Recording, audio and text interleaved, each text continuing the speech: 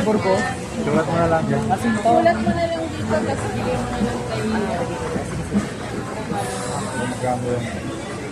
magkano mo kinuha, anong araw. 120 yung hangin niya, diba? Oo, 120 yung hangin niya. Ayun, 140. 140 po. Sino po yung rate? Alam mo,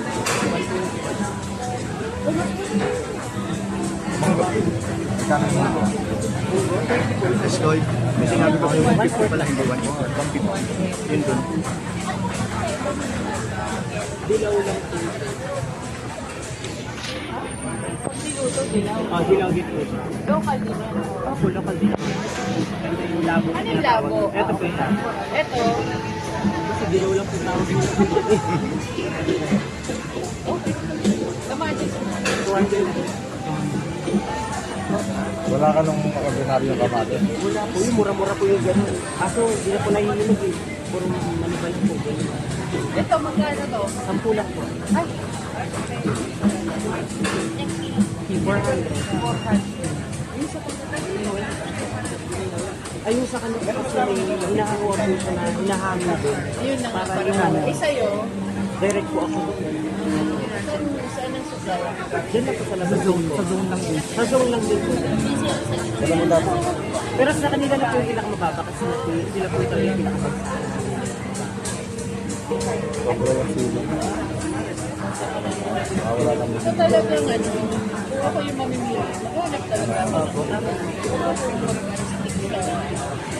siguro ako ganda ka rin sa Magkano bigay sa inyo?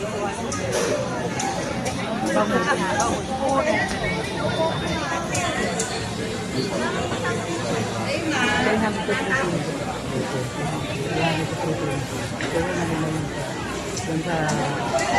Minsan, kinukuha na sila sa farming. Malabo. Saan nyo pinukuha ito, ma'am? Kami na papalimutan ka na. Kami na. Depende kasi. So, magkano po ba, ceiling price ng karoon? Yung ceiling price. Pero ideally, sir, 300. 300. pasok naman yun. Kailan to kasi mas mahal to. Frozen. Lalaki. Hindi man din kasi yung lalaki. Mas ano siya, maginis. Siguro malimig daw po kasi kaya walang huli ang February, late. Early ng early ng January, late ng February.